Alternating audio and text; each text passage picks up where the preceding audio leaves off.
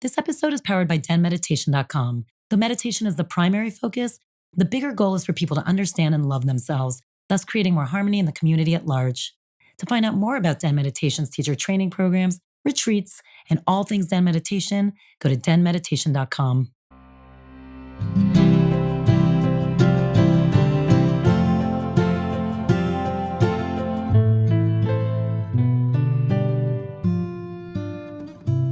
Welcome to DENtalks Podcast. This is Tal, your host and the founder of Den Meditation. We have a special treat for you today. We have Alana Fairchild. What a gift. What a gift. I mean, this conversation was so special. Again, always unplanned. I never know where it's going to go.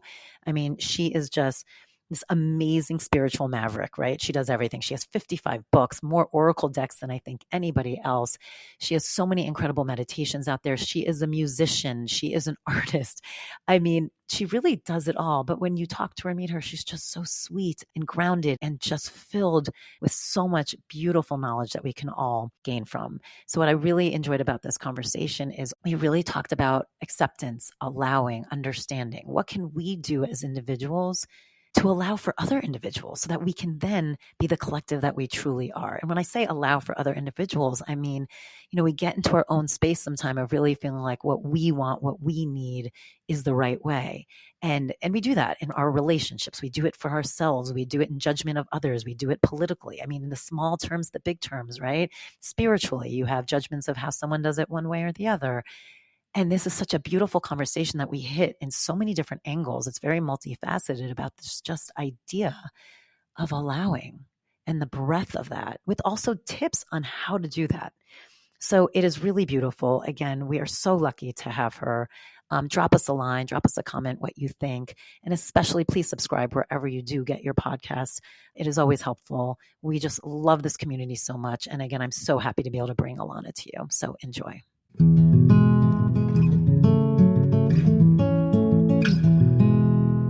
Everything, especially here, just feels very heightened. Like every opinion feels very strong, regardless what it is. Everything feels really heightened. Yeah, when we're in a healing process, everything's amplified. And it's not that it's anything new. It's just the awareness of it is intensified. And I suppose it's the skill and the requirement for healing, isn't it? That we look at that and we decide, are we going to have the capacity to work with it as a gift, really, or as a mirror, so work with it constructively, or is it just going to overpower us? And I think we just develop the strength individually and collectively over time to be able to decide, become ready. My dog just walked in. That's why I was looking left. Nice. I know. Do you want to say hi, Luna? Say hi. Well, yes, definitely. She's being very good. She's sitting right there.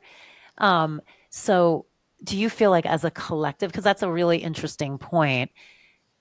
Look, I always find collectively what's going on, and then individually it's always usually kind of mirrors each other. But do you feel collectively that's a little bit where we are as a whole in the healing process, kind of this idea of just being able, making these choices? Is that what you feel like kind of collectively as a whole? I definitely feel that way. And I also get the sense that many of us that are on the path and doing this work and have been practicing, self-inquiry and self-healing for many of us a very long time, that we're not separate from what's happening in the collective, but I imagine it sometimes just to have a visual, like the droplets that are at the kind of front end of the wave that's sort of pulling towards the shore. I feel like we're sort of pulling it, and we're connected to the consciousness, but we're not at the mercy of it necessarily as we grow. We're connected to it, but we can create with it. So I think collectively, yes, there is intensification. I think that probably as each one of us that are kind of on our path and wanting to do the personal work and recognizing where that is intersecting and connected with and integrated with what's happening in the community, that kind of shamanic intelligence of recognizing the personal path, awakening, our healing abilities and our spiritual path, whatever that looks like for each one of us, has an impact in the collective and is actually, I believe, divinely designed to be a medicine for the collective. So it's a societal medicine that we're birthing through our individual work. I think there is that wisdom and that capacity to kind of play with, we amplify the mirror. We're probably part of why it's happening because that love comes through. That's and that interesting. healing. Yeah, and it stimulates it. It's like turning up the. Do you remember the Bunsen burners in, science in high school? And you like turn up the little fire underneath and things start to happen. It's this alchemy of humanity that's taking place. So we increase our spiritual energy and our presence, and the fire, the holy fire that cooks and ripens and purifies, gets turned up a bit and stuff happens. I mean, I remember when a few years ago when things really started to explode, especially in the US, I thought this is going to be pretty wild. Yeah, this is going to be pretty wild, but it's a healing that's trying to happen. That's what this actually is. And it's, you've said it a couple of times now, and I love it. It's a healing that's trying to happen. So where do you feel like we are kind of on that precipice of trying? Because trying means you succeed or you don't. Well, we will succeed because it's inevitable. All right. Well, I like that. Yeah, that's not a question. Everything will have its time and its turn. It's just how long do we stumble? How do we find our way? How do we want to do it? That's our choice. But the actual destiny, I truly believe, of all beings, that's why I'm optimistic fundamentally. The ultimate destiny is that liberation. That's where we're all heading. So that, to me, is never a question. The question is really, how creative are we going to be with it? Are we going to throw tantrums? Sometimes we will.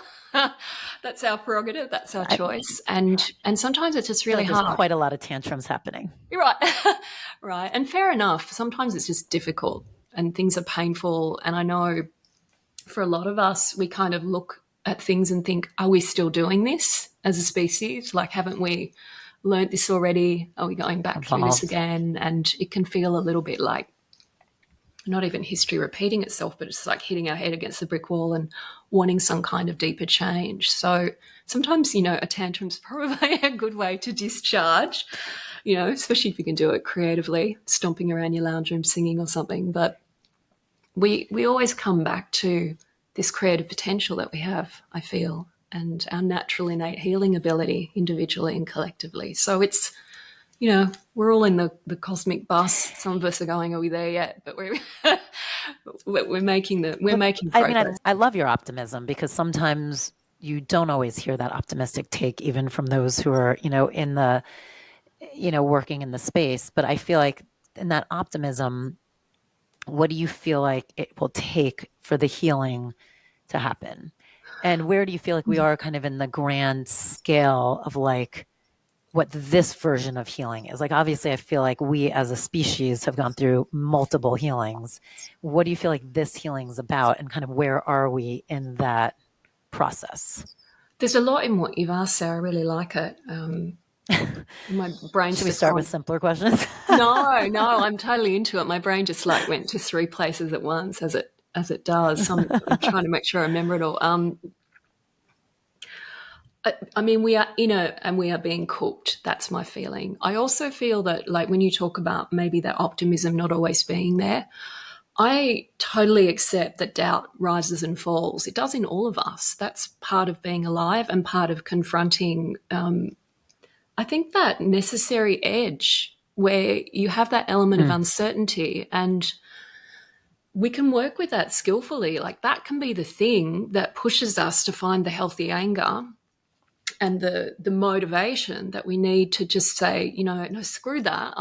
This is not okay. I'm not going to collapse into that consciousness. I want something different for myself or for humanity, and I will take these steps and I will move out of comfort zone. And so I think the doubt, if applied intelligently, can be useful, and it's part of our experience. So I don't ever use optimism to kind of just wash over that. I just use it as this underlying drive to allow for me and for all of us to believe that we can be heroic and just show up. And I think the heroism is in taking the steps when we don't know how they're going to land. And we could pour energy into something and it doesn't land well. It doesn't click. It doesn't do the thing we hoped it would do.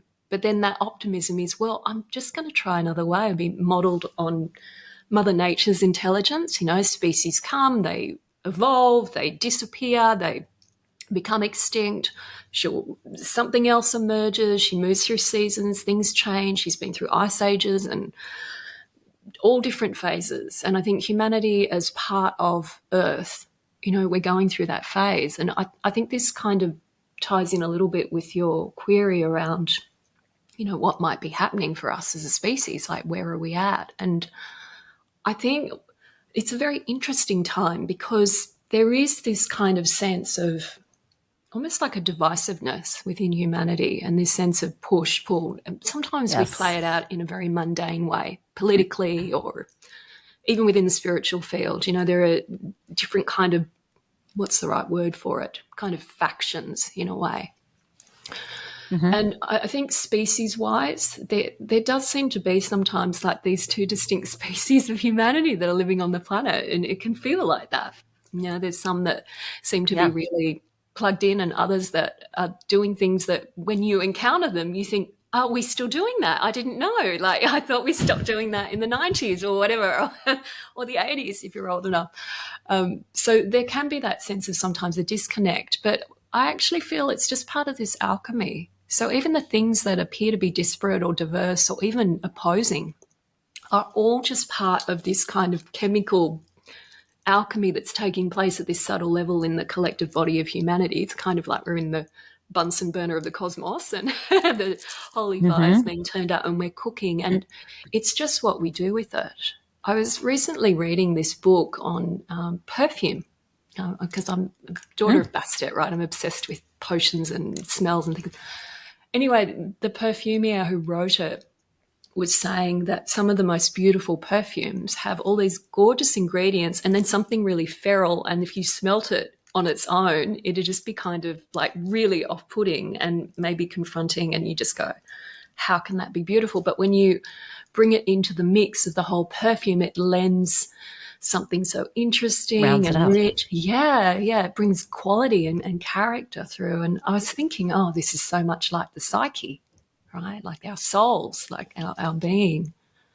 So I feel that, the stuff that maybe seems to be going wrong is probably like that thing that not seemed to be dodgy in the perfume blend, but if we can leave it in there and allow it to kind of integrate and work with it, the integration and that coming together will actually be something that's far richer and stronger. And I even know in my own life and with the people that I've worked with and students and things over the years, like it's often the people that have had experiences with something that we might call extreme negativity, we might call it trauma, profound darkness, however you want to describe it, early on in their life. They're often the people at a spiritual level who are very strong.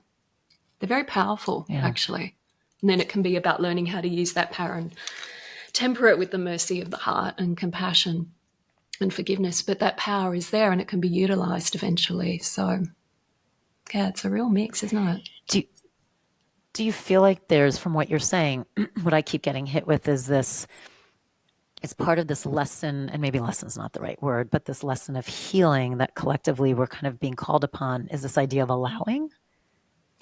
I definitely feel that's important. Yeah. And balancing it with boundaries, that's the thing, isn't it? Balancing that, allowing with boundaries. Now we could be here all day. Yeah, it's a tricky one. I was thinking about this recently. It was a meme on social media. I'm going to paraphrase it because I can't remember exactly how it went, but it was something like this. Sometimes the most spiritual thing you can do is put a bitch in her place. And I read this and I was slightly horrified. Then you understood it. I understood it. I really did. And then it kind of went on a little bit more and it said, boundaries are important, blah, blah, blah. And I thought, okay, I get where this is coming from. And it did make me laugh, but it did horrify me probably a little bit more. And I reflected on it and I thought, what's happened here? What is trying to come through? And I was thinking about the concept of bodhicitta, right? So the Buddhist idea of this desire to help all beings, to help people. And I was thinking about, okay, if you can find wisdom in everything when you know how to look, which you can, where would the wisdom be hiding in this? And I thought the wisdom is understanding the need to set boundaries. And where it's just got to be entangled is this idea of ego attachment. So that that person's the bitch and I'm the one that's going to, that sees clearly and is going to, that's just very confused, spiritually speaking. It's not accurate. But it doesn't mean that the desire for boundaries is wrong. So I was thinking about that and I thought, if we looked at it differently, if we looked at the idea of setting a boundary not as defending my ego against some other ego, which is just going to end up in a muddle. It's confused. It's not going to help us really, even though I understand we get pulled into that at times. Samsara is super compelling. Otherwise, none of us would be here. So I get that. But if we imagine boundaries as an expression of bodhicitta, of this desire to help other beings and including ourselves in that, almost seeing humanity, for example, as one body. So you don't, as my grandmother used to say, don't cut off your nose to spite your face. Like you see it as one body. Then that idea would be, how can I set a boundary here that's going to be beneficial for everyone? And it changes the mindset. So it might be, I set a boundary in a toxic relationship because I don't want to enable that person to create ongoing bad karma for them, let alone what they're doing for me. Like no one benefits from that. So there is a kind of different viewpoint with it. That is interesting, though, the ego attachment, especially in that meme. That is what's tricky about allowing and boundaries. That's why I said we could be here all day, because I find that's one of the hardest things. And I do set boundaries, but I also don't set boundaries. And because it's that, and sometimes I find it's the process of allowing that you almost have to allow so much to figure out where the boundary is supposed to be. Because it's a really tricky thing of this idea of acceptance, allowing equanimity, wanting people, things to be exactly what they are and take care of yourself. But then that's like, yeah, but when, like you were saying, if it's a toxic relationship, which can be slightly more obvious, it's like, but when is that now actually not allowing me to be my full free self? And it just becomes this fascinating dance. And that's just between two people. And then you add the rest of humanity into play. Yeah, it does get pretty intense. And the fact also at the moment that with, social media, with the capacity for travel, with exposure through the internet, we really are living in a unique time where this kind of requirement to become conscious of complex collectivism and complex relationship is at a level we've never really had before. Not in this way. Spiritual masters have always, throughout the ages had a sense of the oneness of all of life, but that's in a very specific context. We're having to grapple with it emotionally, physically. We're kind of in each other's space. Humanity, just in terms of population on the earth at the moment, is in a quite also intense state, So we are... Talk about that a little bit more. This idea of like, we now, not necessarily the spiritual leaders, but are being called to deal with the oneness in a different way. Talk about that. Well, this is where we end up with how we're going to work with diversity. Like, do we find it threatening? Do we feel the need to impose our opinions on others? Or can we sit with allowing, I suppose, in an intelligent way? So what exactly do you want to allow?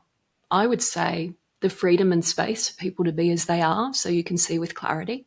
And that clarity doesn't have to result in judgment. That clarity can result in discernment. So the discernment might be, here is this person, this is this behavior, or this is this company, and this is the energy that comes from that company. This is their ethos. This is how I feel when I engage with them, for example, or this political group or whatever it is. And then through that, allowing and seeing and witnessing and having a sense of how does this interact with my own energy, kind of like utilizing our bodies as a barometer.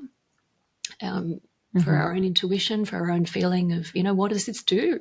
How do I feel when I'm in the presence of this person or I go to this workplace or whatever? And then from that, having a sense of, and what do I want to do about that? How do I want to respond? Is it good? Is it nurturing? Can I hold my center? Is it pushing me to grow? And if so, how? And do I want to do that? Do I have the capacity to do that at this time? Or, just sensing the same way almost we would with food. How do I feel when I eat this? What does that do to my body? And we make these adjustments. It's kind of finding our own individual sense of well-being, but not mistaking that with having to control and contrive the world. That's really where the problems start. I mean, a lot of spiritual traditions teach us the world is perfect, it just is. nothing is good or bad except what we make it to be, which is really hard to accept at a rational level. But at a deeper level, if we sit with that idea that we're projecting onto reality, it does give us the opportunity to say, you know what, I don't have to change anything. I only need to work with my own energy. And in that, what I'm contributing to the collective consciousness will shift. And through that, the collective consciousness itself can heal and grow and evolve. We can have that belief system. We can have that paradox and be comfortable with it. And it does avert so many of the problems, which is when we get fixed in ego view and we think the only way that my voice is going to be heard is if I make other people listen to it and agree. And that's just, it's a seed for insanity. It's just going to create misery. I think we have to be very careful with that, especially now that we have these kind of platforms on social media and so forth. Like that. Yeah, anyone can be published in an instant, and they don't necessarily have to have any kind of accountability for it. They can be completely hidden. They can be masking. You know, it's a little different to when you show up as a published person, and you have to kind of show up as a human being, and there's a lot more scrutiny. So we just need to be aware of this, and it's not bad necessarily. It's just what we choose to do with it. It's so funny. I'm going to bring it down to the minute level of my daughter who's turning 8 next week, where I try and teach her this, but she's 7 and she's an only child. So for her, it is like her, you know, and she has really bad allergies here. It's been a problem actually. And I know because we just moved too. And so it's really been an issue. And she's in a school that has a really big campus, like lots of places to go. And she's decided she likes to play by herself. She's an introvert, likes doing her own thing. But she decided to take on a group of maybe 6th grade boys, much older boys. Again, she's 7. She's in 2nd grade. Because they were doing nothing wrong, by the way. They were playing in the play yard and digging. But it happens to be where she likes to play. And the dirt, because it has like the mold in it, gets her allergies. So for 3 days in a row, even though every time she came home, she was taught the same lesson, she basically was doing everything to get them to stop. And not always the nicest things, whether it's like ruining their thing or trying to tell on them or yelling at them.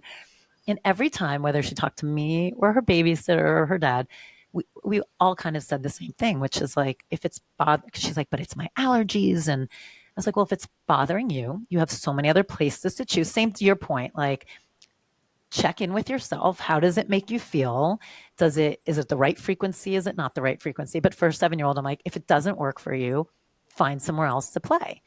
But it didn't matter. I even reminded her one morning to be like, hey, why don't you go to the library today if your allergies are bothering you?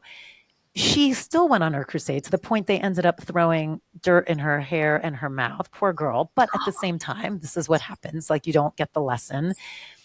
And I was like, literally kind of like, we'll see what happened now. You're worried about your allergies and now you have what bothers you literally in your mouth. Oh, no. But what I kept trying to tell her, I know it's awful, but what I kept trying to tell her at the most simple level, I mean, look, we all have to learn our lessons sometimes the hardest way. And as a mom, it's so hard to watch. But what I kept saying is, Levy, the only thing you can do, and I've told you this before, is control yourself and worry about yourself.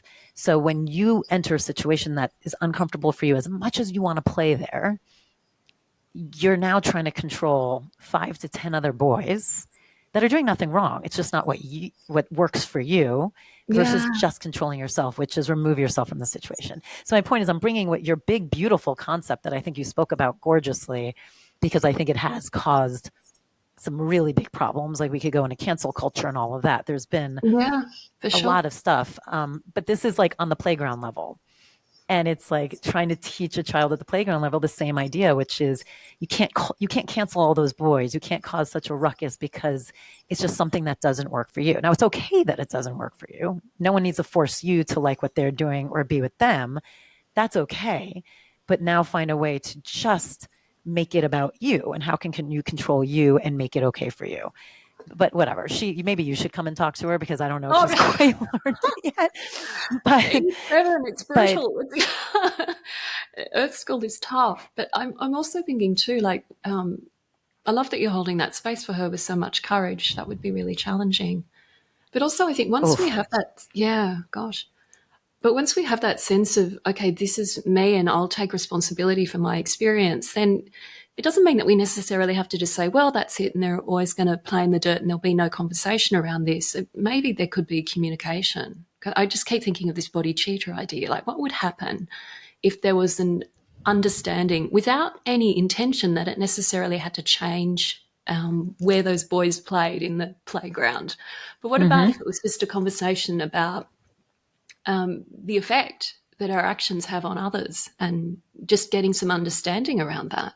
I think that would be a useful conversation to have within the classroom, and there might be other things that come up with a view to just understanding that we are not separate entities as much as we feel that way. This is the paradox, I think. We are connected and we do affect each other, but trying to control each other is not ever going to necessarily get us what we think it's going to. It just tends to backfire. Well, it's interesting because if I'm correct, I feel like you've mentioned this in one of your books, there are multiple, that you're an introvert. Yeah. Oh, God. Like naturally an introvert. Yeah. A huge introvert? Yeah. So that's an interesting, talk a little bit about that too. And she is also, but talk a little bit about that when you talk about this idea, what you were just saying, which I love, which is you could, we're all part of one. If you could have a conversation to understand how kind of it all operates. Was that a hard place for you to get to as an introvert who sometimes, and maybe your version of introversion was different. Sometimes I find introverts have a harder time connecting to the group because they're just more comfortable and they're within themselves. Was that something that was a harder concept for you, or just talk a little bit about that from that point of view?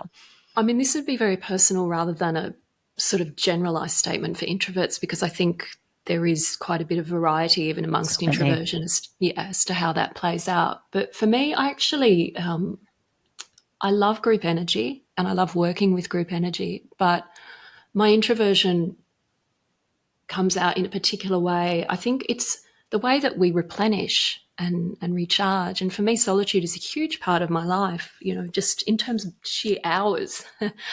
And it's never loneliness. I feel probably the most connected to the universe in that time because there's a lot of space. So introverts generally, and for me personally, tend to be quite sensitive to energy and pick things up and can be very easily stimulated. Yeah. Now, in this field, if you're a healer or an artist or a dancer or a writer, it's great because you feel the subtle nuances and, or a perfumier and, so you're feeling it and it's wonderful. And if you give yourself that space, all these good things can come out of it. It can be profoundly productive and creative, and you know who you are and you understand things with a depth that may elude people who don't spend that time in reflection. But then the tricky part is, okay, I find introverts still want to connect, but it just needs, and meaningfully, actually. And when you have something, you want to share it. Yeah, if it's really true, like true in your heart, love wants to communicate and be shared. That's just what it does. So, most introverts, artists, etc., they want to share their art or their message, whatever it is. But then it's finding a way of, okay, how do I navigate not only other people? I think that's probably less of the issue. I think a lot of the issue these days is how do I navigate the culture that I'm in, which is so skewed away from introversion, generally speaking, and has very different values. It's a very extroverted world.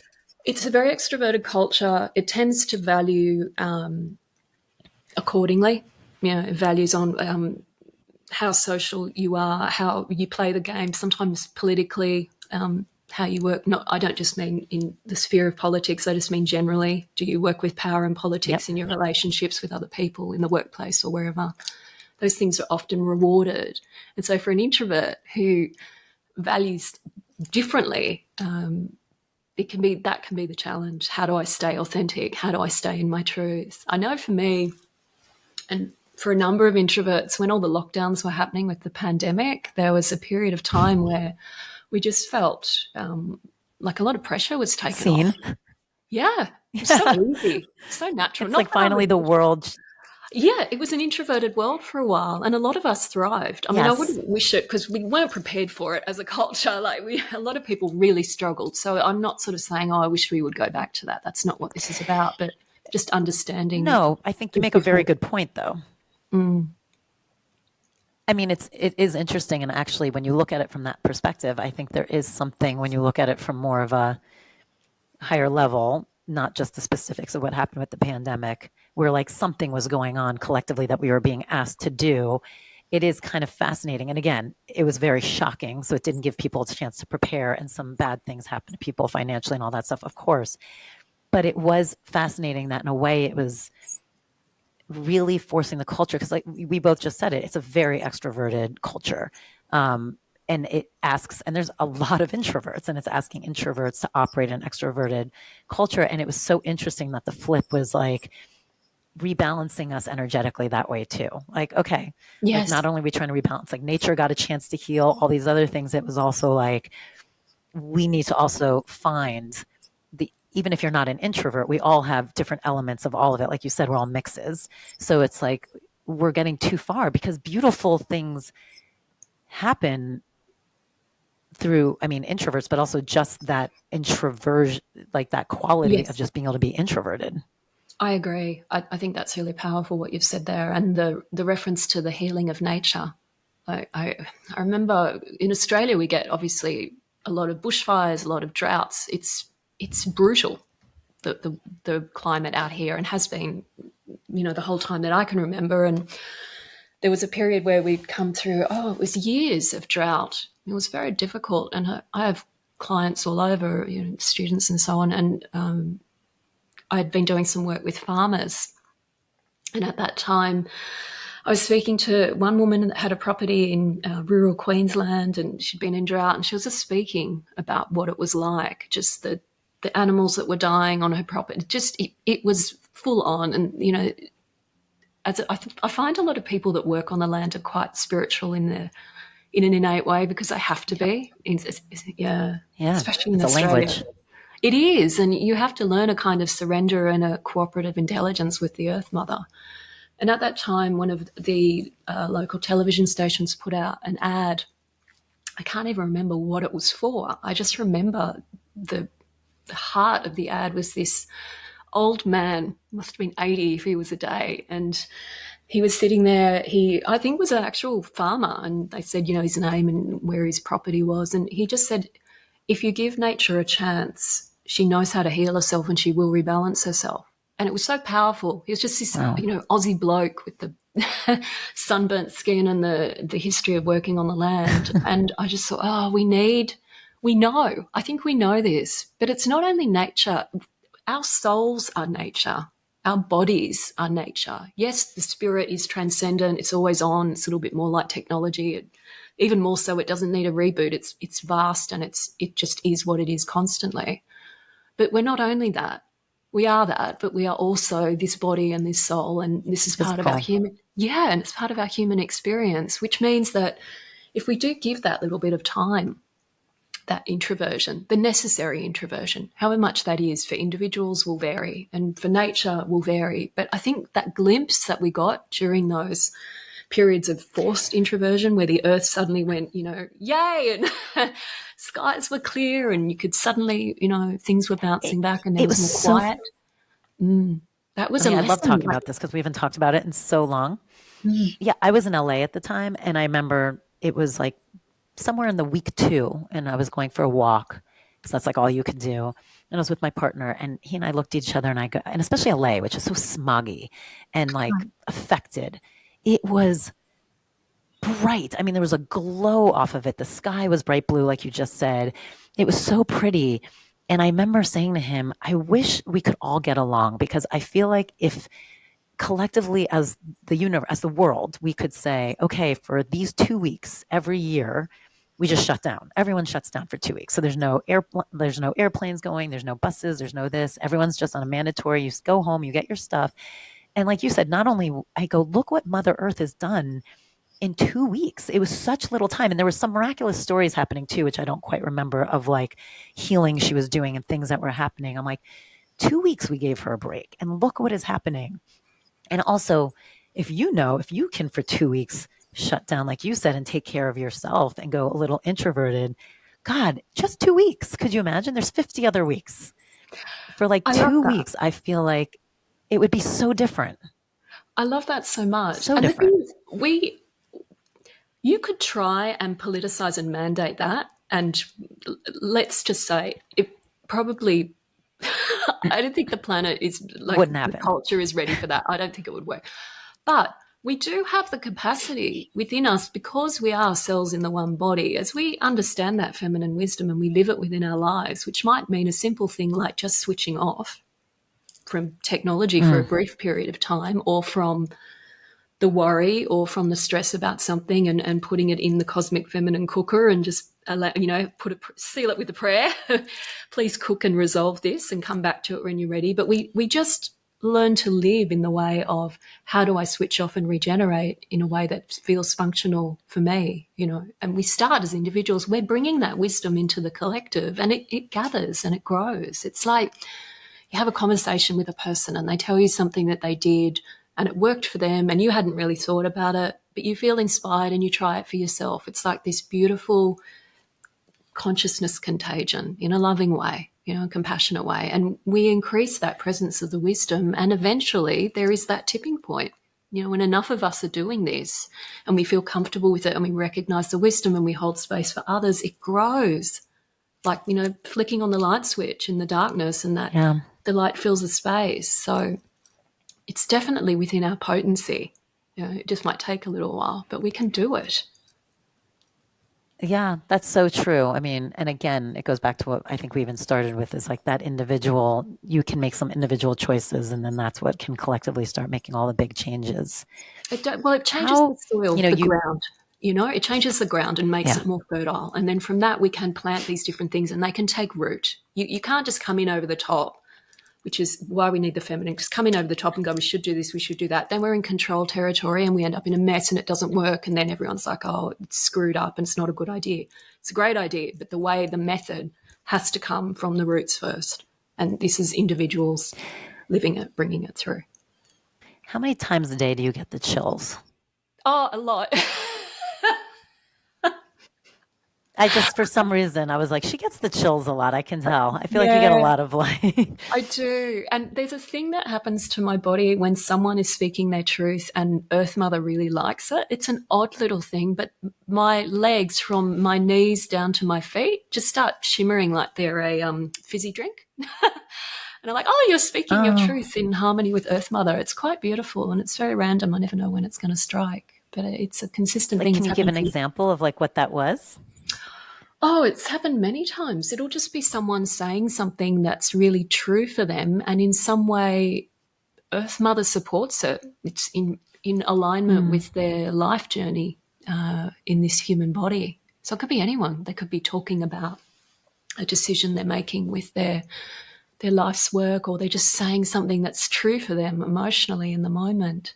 I think it's like, sometimes I think of humans like tuning forks, but not separate things, but kind of plugged into the earth. And it's almost like when we're just speaking our truth, regardless of whether our logic is coming in and saying it's spiritual, it's not spiritual, I shouldn't feel this or whatever, but we're just speaking the truth in that moment. It's like we're really plugged in. I think that's the alignment.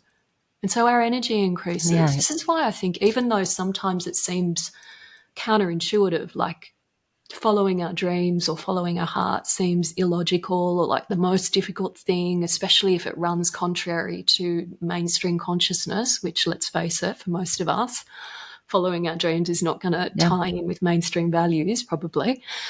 But there's a strength in that because there's alignment. So we're more able to be supported by the cosmic forces, by the Earth Mother, by her generosity. We don't get in the way as much. We're not twisting ourselves into a pretzel to try and attain something that's not naturally, what we really resonate with. There's a lot of power in that sense of alignment. Well, talk a little bit about that, because I know you were a lawyer. Oh, and yes. Now you're not a lawyer. Now we're talking about Mother Earth and being in alignment with tuning forks. So clearly you're doing something different.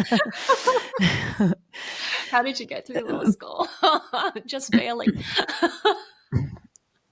But so let's go back a little bit. And I know you've talked about this a lot, so I don't want you to feel like you have to like regurgitate the same stories. But I do always feel like it's super powerful and potent for people, especially, I don't know about you, but I get a weird feeling, and maybe it's just my age, there's a lot of people wanting to shift, like change. I hate the word identity because I feel like that's a very limiting thing, but just for this ease of conversation, shift their identity, shift their jobs at times that's not normally accepted, like later in life. Like I'm How feeling interesting.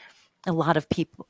Yeah, I feel like there's a lot of people I've been talking to, whether they're open about it or not, who just like, it's like in a perfect world, like you were saying, if it were easy and if there weren't social constraints and there weren't social ideas, would just poof, probably do something different. That's so At least I'm interesting. feeling that, or I feel like I'm talking to people like that, Yeah, which for could be sure. a little bit of what's going on with the like healing too. It's like just allowing, but some people allow it, some people don't. So that's why I do think it's always really helpful to hear stories like yours of, I did a big shift too, but I think hearing a story like yours where you are so, I don't think anyone could ever imagine you not just being you, who you are here today. Like, how are you not this? So Yeah. it's, I've always been this. It was just hidden under pinstripes. I'll still rock a pinstripe occasionally, but it's not in a courtroom. It's not my vibe. Um, wait, but so talk about how you were that hidden under yeah, pinstripes. I I will. I just want to say one thing, though. I'm so struck by what you said about those people that want to make that change later in life. I was thinking about that, and what is that, And there's something happening at the moment on the planet. I really feel it. And there are other speakers, maybe not in the spiritual field quite so much, but are talking about the ending of a culture, like the deconstruction of it. And it's essential. I mean, we know that for those of us on a healing path or a spiritual path, we know that things start to fall apart in tandem with when a new element of our consciousness is coming through. And if it's significant enough, then the old world has to deconstruct. And if that's happening with enough of Yeah. us, and we talked about the wave and we're kind of all working together and it is happening culturally, then yeah, it's going to change the way we show up in our life and what that looks like. And I think for me, that just happened a little bit earlier than, a couple of decades, whatever, earlier than what's happening for more and more people now, probably so I'd have something useful to say to them, hopefully, to help when they're going through, because sometimes just hearing for someone that's gone through it is useful. But for me, I didn't have the clarity of what I wanted to do next. For some reason, I never really knew what I wanted to do for work. I knew I wanted a sense of meaning and a sense of purpose, but I didn't really have that clarity. And the job that I do now didn't really exist back then, not in the way that it is. And I've kind of It's not made it interesting. up, as I've gone along. So it was never on the posters, in high school when they were saying, oh, if you're good at English, be a journalist, be a lawyer, be this, be that. And I went off and did a bunch of aptitude tests, every test that there was I did. And they're like, oh, you could be what did they say? A writer or a PR person or a journalist. And none of it really, I write a lot for work, but I don't, and I am a writer, but I don't have an identity. Yeah. But I don't have a sense of identity around You're it. very prolific. But I don't think of myself as, oh, I am a writer. It's just writing is something that I do, but it's not part of my sense of self necessarily. It's an ability that I'm grateful for and I use to help people, hopefully. That's the intention, but I don't have an identity around it. So I was really struggling back in high school. I was like, well, I'm good at these subjects. I knew I didn't want to do science because the idea of dissecting a frog was just like so distressing. So I thought, well, I can't do medicine because that's going to be an impediment. So I ended up doing law, just basically because the people around me at the time, when I said I want to do an arts degree, said, you're not living into your potential. You need to do something else. So I thought, well, I'll tack a law degree onto it and I'll do both. So that's what I did, which was a very logical decision and a fast track to depression. So by the time I finished law, as in my final year, and there were signs along the way, I just didn't really make the connection. It was, sometimes I look back and I think it's so obvious. Like the universe is showing us what to do with our lives probably all the time. It was showing me, but I just couldn't see it. So what was the universe showing you?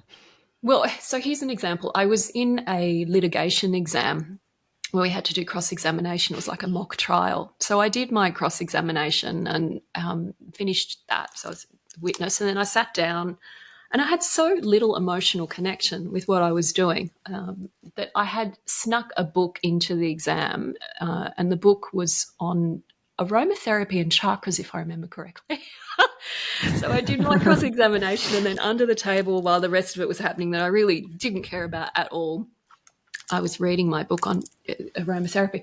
And then at the end of the exam, the barrister who was conducting it came up to me and he said, "You're very good at cross-examination." And then he just ripped into me about, and rightfully so, having this book and say, you're disrespecting me, you're disrespecting your colleagues, and you obviously don't care about this. And he was angry and I got really upset. But afterwards I thought, he's right. I have no interest in this. This is not, here's the thing that I'm interested in, this book about, esoterica.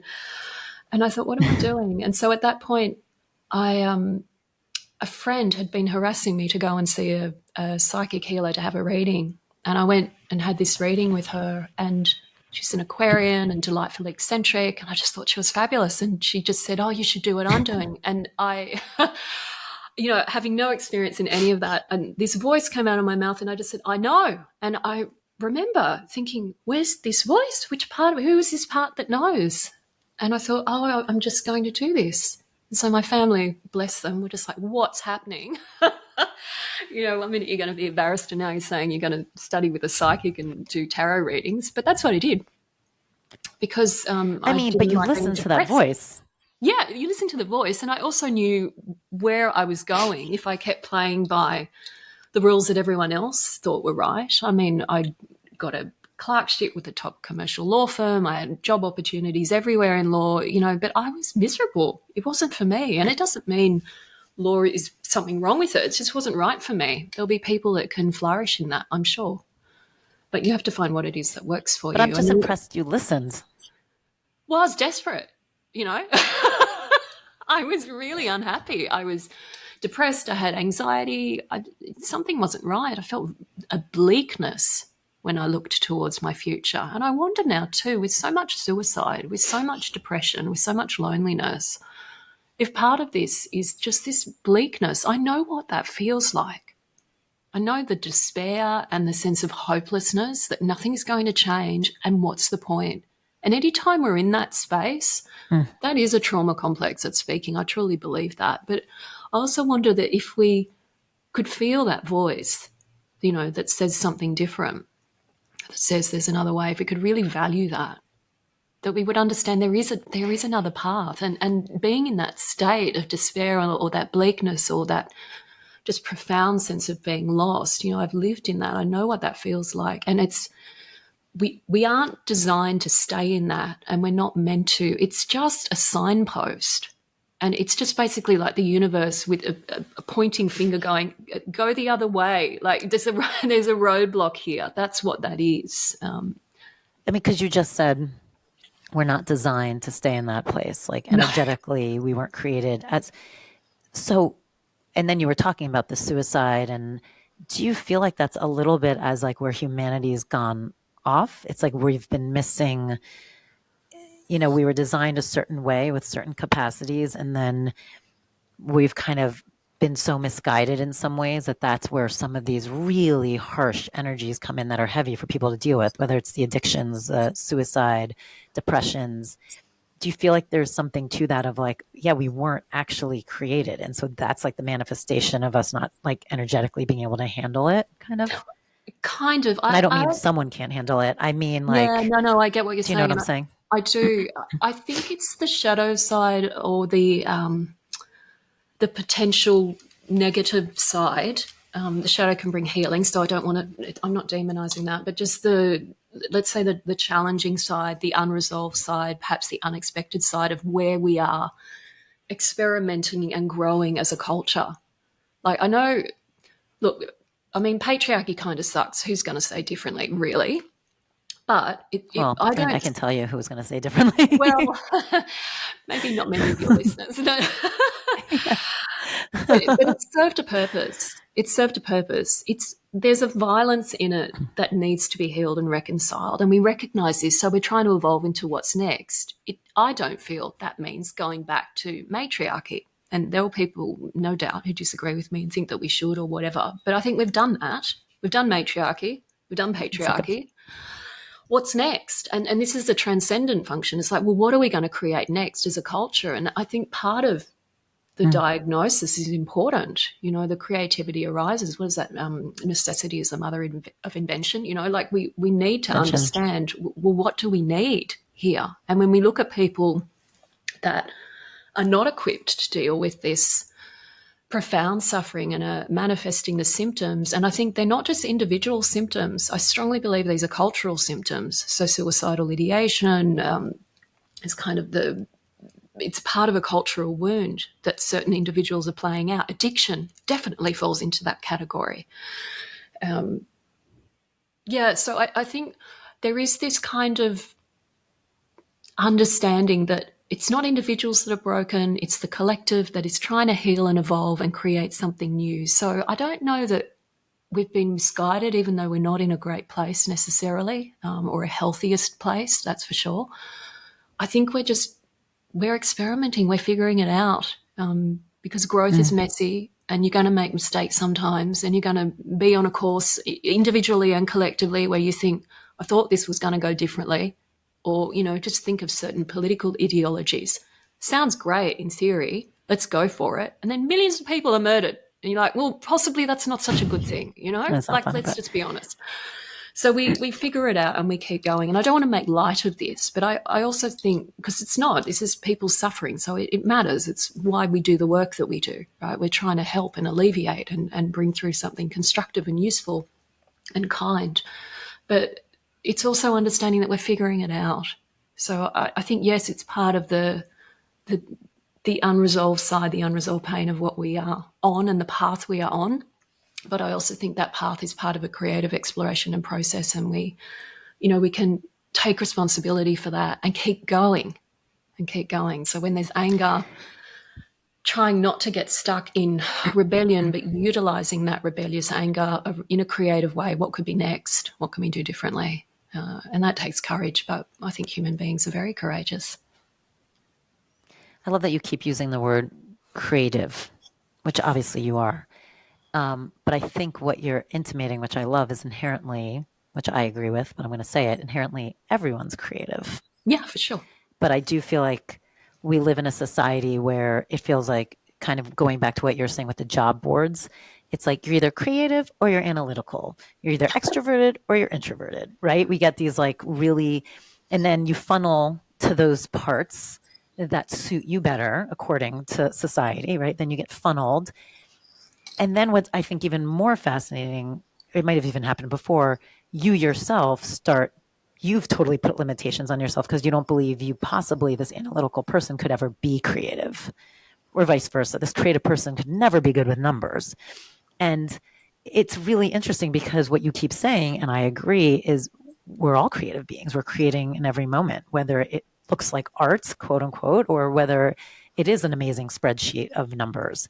And you, of all people, know numbers. Like, you love numbers. So talk a little bit about that, though. No, like I love this idea that. of we're all creative. Yeah, I mean, we are. And it's not, creativity is an expression of our consciousness. Like, yes, it's things that we do on the planet, you know, shows up in how we write or how we create a meal or set a table or dance at dawn, you know, on the beach, whatever it is. It shows up in many ways, but we define it too narrowly, I think. There's a joy in that very, having that very specific almost language that you develop as a musician or an artist or a painter or whatever. You have a language or a method. Even an athlete or something that, like, they have a method that they use to channel their energy. So there is a creativity in that, and that's joyful and it can be fulfilling. But I think just to understand that we are fundamentally creative beings, that the way we work with our minds and our energy is creative, and that can be fun and empowering, like such a simple thing. Let's just say you saw something on social media. Let's try that, because that's a trigger happy zone. There's it's a barrel with a lot of fish in it. So let's say you saw something on social media. Before you went on social media, you were feeling maybe okay, maybe relatively happy. You saw something and then it's like it totally changed your energy. You have the power and the opportunity in that moment to decide what you're going to do with that. And I think that a lot of our spiritual growth as a collective and as human beings is lengthening and deepening that moment and the recognition of that moment, so that we give ourselves an opportunity to just work through it. Because I know what can happen sometimes is that it's not just that we're being exposed to more, but it's the pace of it. It's relentless. And I don't want to demonize social media, because we can work with it constructively, and a lot of us in this field really try to do that. And that can be of benefit. So it's not saying this thing is bad or good. It's just understanding the nature of the beast. So with social media, it's fast. It's kind of an ADHD generating phenomenon in a way, because it's constantly throwing something new before you necessarily have the chance to digest the thing. So just hitting the pause button might be quite literally just pause your scroll or whatever you're doing, and just take a moment and just say, how do I want to work with my energy in this minute? Like, what do I want to do with this thing that I just saw? A wonderful fail-safe, I think, is to just come back and say, could I have compassion for that? If that seems like it's really messed up, that person might be really hurting, or, just really basic compassion and coming back to that. But playing with that notion of your consciousness as an expression of your creativity in that very small way gives you not only that sense of how you want to feel, how you want to show up during your day, and how you want to work with that and learn about ourselves, through what's happening in our consciousness, but through that also becoming a little bit more deliberate in what we put out into the world. And that can be a good feeling too, and it benefits others. I love that. And because I also love, it's like we were saying earlier, it's very empowering. And it's also this idea that creativity is also just purely your choices you're making in the day also. Huge part which of is, it, yeah. I think, especially for people who just think I'm not creative, it's like, no, you have the power to create in every single moment. It's a very powerful thing. Yeah, and I wonder if people looked at it that way, and kind of what you were saying about bringing your consciousness to it, if they would feel more responsibility. You know what I mean? Because I do feel like we have this separation, this idea, that the separation that you can just kind of move quickly and no one's paying attention in some ways. But if for some way we were all taught and really believed, every time I make a choice, as small as it might be, do I want eggs? Do I want toast? Like, whatever it is, every choice you make is a ripple in the universe and is a creation that you get to make regardless. And again, there's no good or bad on it. It's just your own creation. I wonder if that would really change how people start operating. I think it would attune us a little bit more deeply with our sense of because to me, creativity, the creative energy and the spiritual energy are kind of very intimately connected. I wouldn't say they're one and the same necessarily, but it's pretty darn close. But I was just struck when you were talking of this feeling of how different our capabilities are as human beings at the moment. So for some people, this will be like, oh, I've been doing this for 20 years. And for other people, they'll be like, no, I'd be into trying this. And then there might be other people that are just going, I don't know what the hell these two are talking about. And I was just thinking of the school system in Australia. Sometimes you might have this in the US as well, but sometimes there are like mixed classes. So it might be a teacher shortage or whatever, but they'll have like second grade and third grade, and they'll be sort of sitting slightly separately, but the one teacher, the one class, bit of a nightmare really, poor teachers, but trying to kind of manage that. But you have the one room with very different capabilities. And I think humanity at the moment, we're kind of all in this one boat with very different capacities. So I think it's good to, rather than that being something that has to evoke judgment, just to be realistic about it and to celebrate when you do have the capacity. Because sometimes if you can do something and another person's really struggling with it, sometimes there can be this kind of impatience born of arrogance in it. And I think we want to be careful with that because it steals joy. That's, apart from judgment, it makes everyone cranky. It does steal joy. So I think recognizing if you have the capability of understanding this and practicing it, what a gift. What an amazing thing to be able to do that. And then for the people that are yet to be able to do it, maybe remembering back to when you were feeling that way, because it probably was not so long ago, earlier this lifetime, or maybe you just have compassion, imagining how difficult it is when you're still almost like a turnip, or like you're still connected in the earth, and you can't quite differentiate. You can't quite get that sense of pulling yourself out of the strength and the gravity, the cultural gravity that you're in. You don't even know that you're conditioned yet. You haven't even been able to see out of it enough. And I do meet people like that. And I don't know, they're kind of like the feet that are keeping us all attached to the planet. And some of us are finding it hard to stay in our bodies. And we're kind of, again, this wave. Different some places. are deep in the ocean, some are at the edge. And I think just the more we have compassion, the more we have that gratitude for whatever's unfolding, we just put ourselves in a good place. And sometimes it's hard to cultivate that. That's totally fine. That's what makes it a spiritual practice. It is hard. But it goes back to that allowing that we talked about in the beginning, just allowing everyone to be exactly where they're at. You said something in one of your books too, of like, or maybe it was in one of your interviews, where you were talking about it's really hard for people sometimes. Like, we all have natural gifts, right? We're all stronger at different things and probably struggling in other things. And it's hard to comprehend that someone else doesn't have your same gifts. So, and I found that like very poignant. It goes to this point, which is exactly this, which is, so you have to work extra hard. It's not even just having compassion for someone. It's understanding that it's not a better, that like, and it is really hard because look, it's kind of what I was talking about with my daughter. She's 7. When we're little, the whole universe is us. That's it. It's just us. Right. And then hopefully as you grow, you learn you're part of a bigger system. Fingers crossed. Yeah. Fingers crossed. Right. Fingers crossed we get there. But it is interesting because it's this idea, not only you're part of a bigger system, but like the system, not all elements of the system reflect your element. Like, we're all different tools. We're all different parts to this system.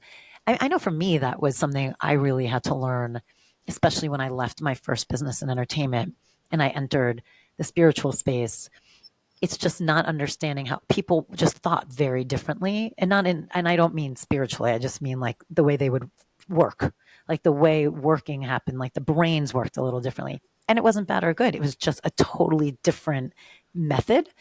And I had to really take that moment of being like, okay, it's just different. Like, and I can't expect everyone's brain to be working the way my brain's working. Like, we just have different ways of doing it. It was like a real eye-opening moment, as simple as that sounds, but to be like, all right, we're really wired very differently. I think that's very powerful. And I mean, one of the things that we have to do to be able to let that happen is increase our wisdom, and recognize, so gain self-awareness and recognize, oh, I have this ability, or this is the way that I might skew a little differently to the people around me, and then have some wisdom around that. How could that be useful? How could I benefit myself and others through recognizing that talent or that particular tendency, that eccentricity, and expressing it? And then at the same time, how might those other people that work in a different way be part of, the team or part of what it is that you're doing, whether it's in the workplace or whatever? Because it does really take many flavors to make the most delicious meal. Yeah. Yeah. So I think that's powerful. The perfume. Yeah. The perfume, the banquet feast, whatever, to pick a metaphor. But yeah, I think that's really, really beautiful. And I know that when things were getting very intense in Australia politically around, again, we're talking about lockdowns, but I suppose it's the most vivid collective example we have of enforced growth periods in our recent history. But there was a lot of tension around people even breaking up marriages for a long period of time on things like they felt differently about vaccinations, for example, or other political issues. Just straight down the middle. Families stop talking to each other and whatever. Now, we all have our journey and our story, so I'm not saying, oh, you shouldn't do this, but just that's interesting.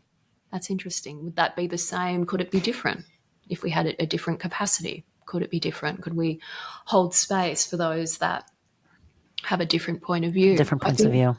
Yeah, it's just something that we kind of have no choice but to figure this bit out, It's kind of where we're going as human beings as the world becomes more and more accessible and we see things that will profoundly challenge our point of view. We kind of are forced to reconcile this sense of, I'm allowed to have my own view. I'm allowed to live my life as I choose to live it. That's my gift, my innate divine birthright. And it's a privilege and also a right. And then if we're going to accept this about ourselves, it's every other being as well. And it's like, oh, okay, well, how do we navigate that? You're not the only one who gets that right. Yeah, we all do. Yeah, we're all special. Yeah, we all get it.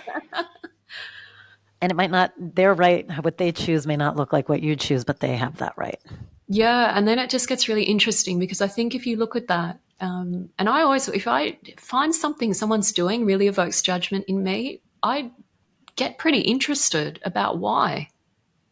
What is that? It might be something obvious, but even if it's obvious or it seems obvious to me, I still ask, and why is that triggering? Because I think for me, I look at it this way. It may not resonate for everyone, but I think if I'm judging, my compassion's limited somewhere. So I always look at where does my compassion need to grow? And for me, that's quite a natural thing that happens. That compassion is there if I am able to kind of, my grandfather used to say, walk a mile in another person's shoes. So if I'm able to empathize and understand like the mindset of what I'm just speculating, their story might be different, but if I can get to a point where I go, maybe this happened or that happened, or, what would it take for me to do what they had done? And I think about it.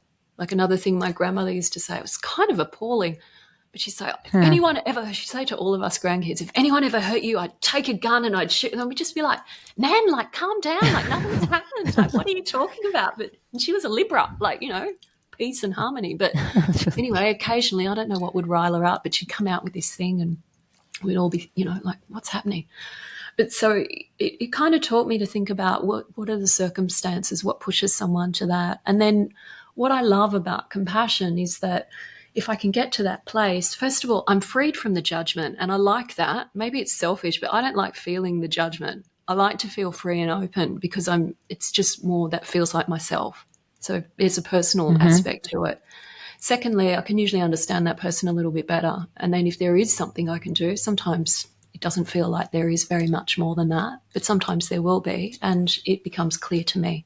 And it's not about telling them, hey, you should live like I do. It's actually usually something else. Yeah. Talk a little bit, because I think this is so important and so helpful, but also so difficult. Talk about that step where I love and I'm on board with, clearly this is triggering me. Like I'm judging, so clearly I'm triggered.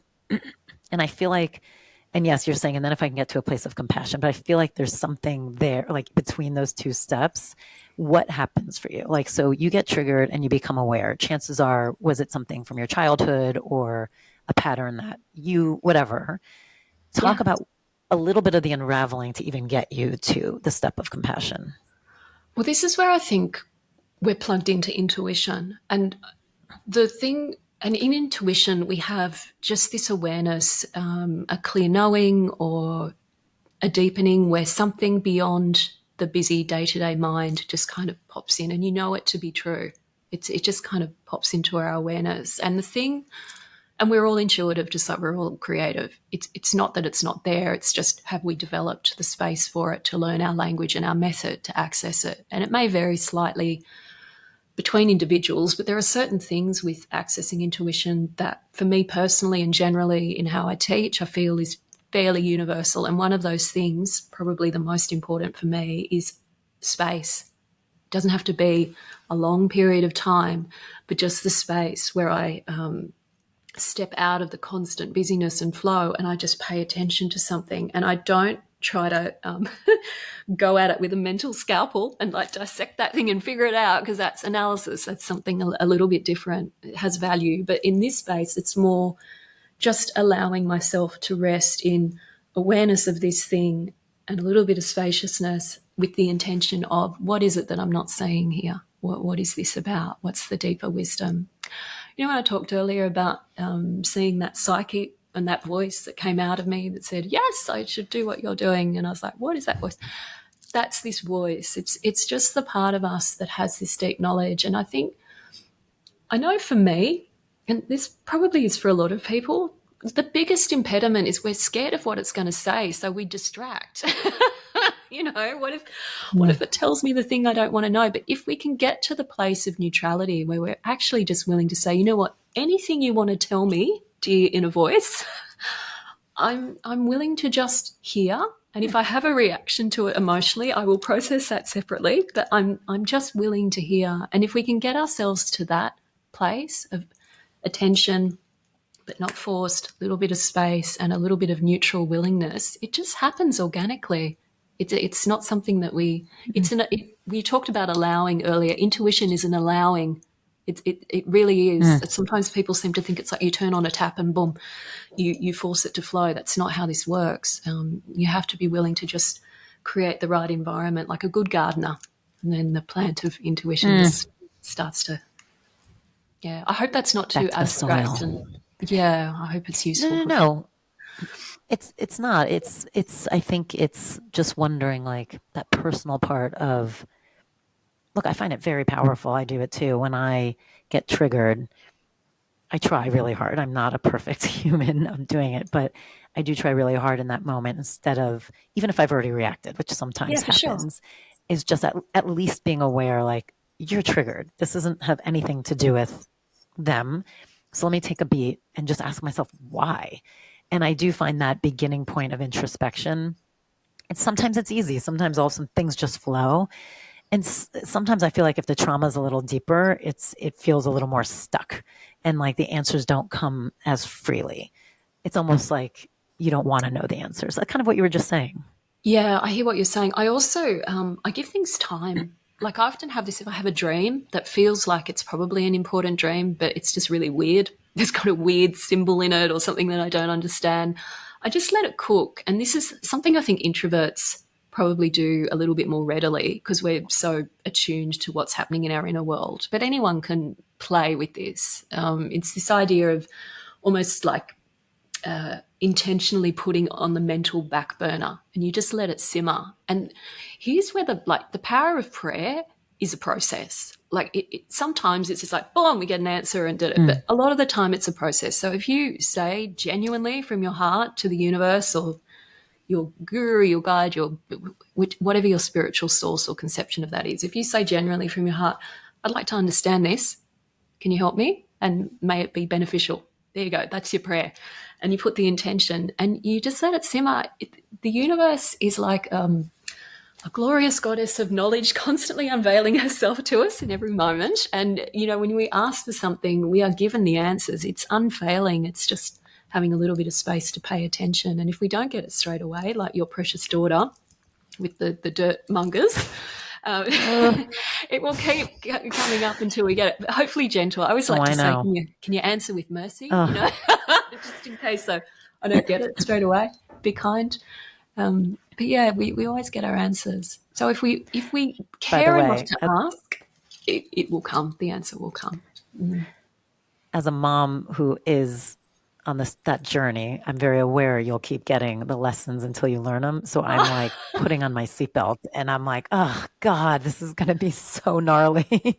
Oh, no. Because I know, like I know, and you have to allow. And it's funny. And then I know I've taken up so much of your time, but I haven't even scratched the surface of the stuff I want to talk to you about. But one thing, and it came up because you were talking about the prayer and you said whoever.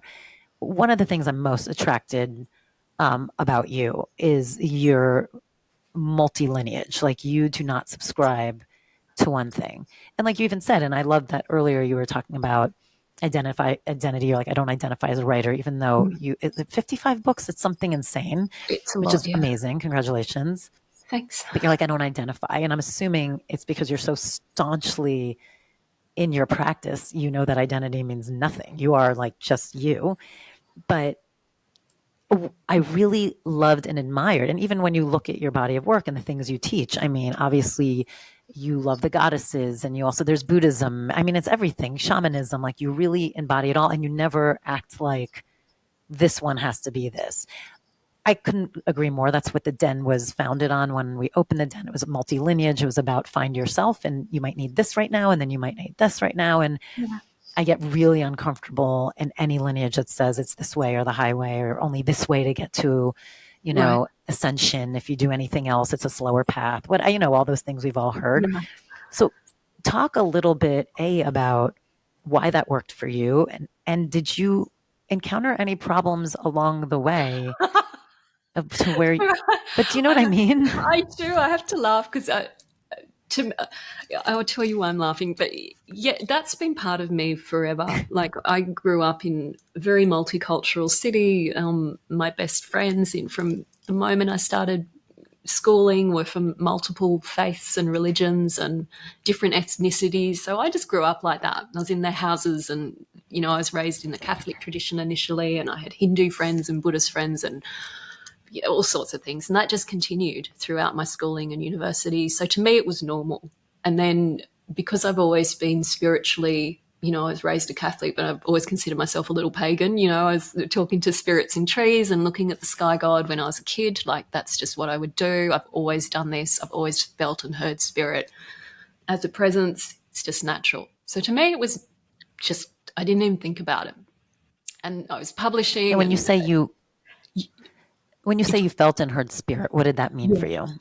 It's still the same. It's just this sense of a presence, and sometimes a voice, sometimes a feeling, sometimes a knowing. Sometimes it shows up in the face of different beings, Kuan Yin, Mother Mary, different goddesses, different Buddhist deities. It can show up very specifically. But I think the thing for me as to why not only the naturalness of it and the familiarity of that for me, but I don't see it as oppositional. I don't see it as conflict. In fact, the only problem I've ever had with religion was just this, you must do this and everyone else is wrong. But see, even like in the church where I was used to go, one of our priests, he used to tell jokes at the end of every mass. So I was like, 12 years old or whatever. And I still remember this joke before I stepped away from that path, but I kept the mystical aspect. But I still remember this joke that he said about, the Catholics in heaven having their own special cloud where they couldn't see anyone else. So they would just feel it was them. And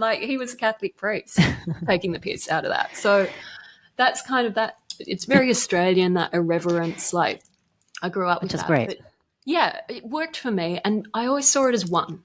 That's the point. It's one thing. So I'm talking about all of these different facets, but to me, I'm talking about the leaves and the flowers and the fruit, but it's all the same tree.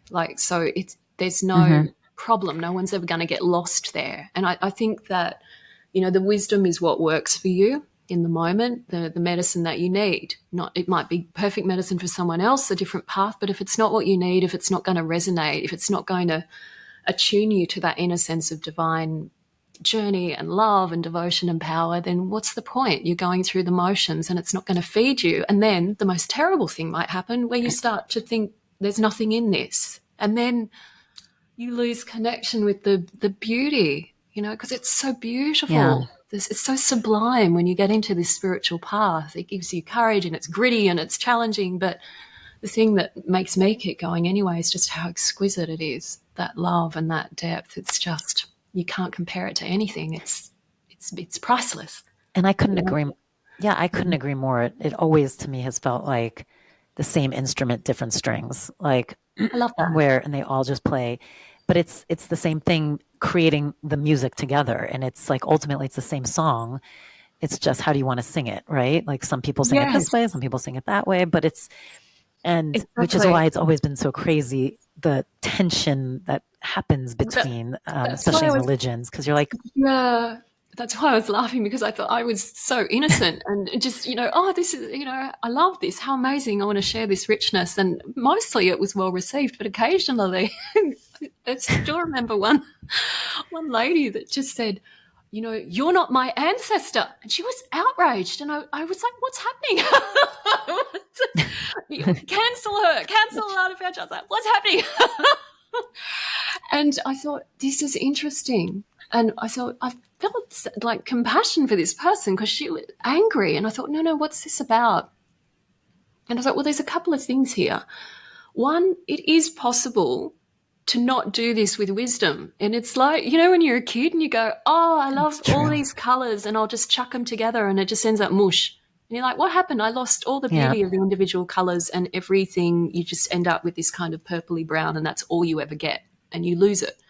So it is possible to be unskillful with it. And I think any kind of integration, to get to synergy is something very precise, and you have to have some innate understanding of the essence of what you're working with. Again, if we go back to the perfume analogy, if you chuck too many things, you just lose it and it's a mess. So you need to have the threads, and then if you're weaving the threads into a tapestry and you don't lose the individual thread, you've got something that's beautiful and can, become a blanket to bring comfort to many. But if you're just creating a muddle, then that's something else. So I get the potential for danger, and I think it's important to recognize that. However, that's not what was happening with this lady. And I was thinking about when I was maybe 4 or 5 years old, and a friend came over from school, and we were visiting my grandmother. And I was sitting on my grandmother's lap, and then my friend wanted to sit on my grandmother's lap, so I allowed that. And then my friend said, I want reluctantly. Her to be... It was very reluctant. And then my friend said, I want her to be my grandmother too. And 4-year-old Alana said, no. So cute. And I thought, I don't want to dismiss this woman, because I'll say one other thing about this and why I think it's important, but I thought there's an element of this, of understanding that you can share and celebrate your cultural grandmothers and gods and goddesses, and they're not going to no longer belong to you. But I can understand your fear that they might get diluted or misinterpreted, or I get it. And this is the skillfulness again, and the respect. So I get both sides, but I also feel... I think respect, you use the word respect. Respect. And I think that's big. Yeah. It's really important, and having that innate understanding is important. And I know when there's a culture that I'm not meant to weave in, I can feel it. It's just like it's either not the right time, or I don't have the depth of understanding, and I don't touch it. So I'm not just kind of going out grabbing whatever. It's an instinctive thing, and I trust the way we're designed. And this is the way that I was designed from very young, before I had any idea that I'd be doing what I'm doing now. And I do have some faith in that. And I have faith in the balance. There are people that are, we might say, the cultural gatekeepers, but who's to say that role is not important? They might be the accountability merchants that are just there going, hey, have you paid the price? Spirit, have you learnt it? Do you know what you're doing? You can't just go in and, you've got to be respectful, careful, have some understanding.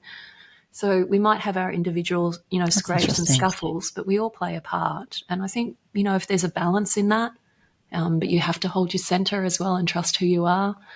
It's tricky, but not impossible to navigate.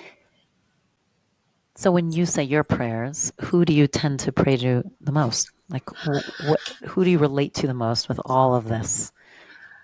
I have a Divine Mother practice that I do every morning.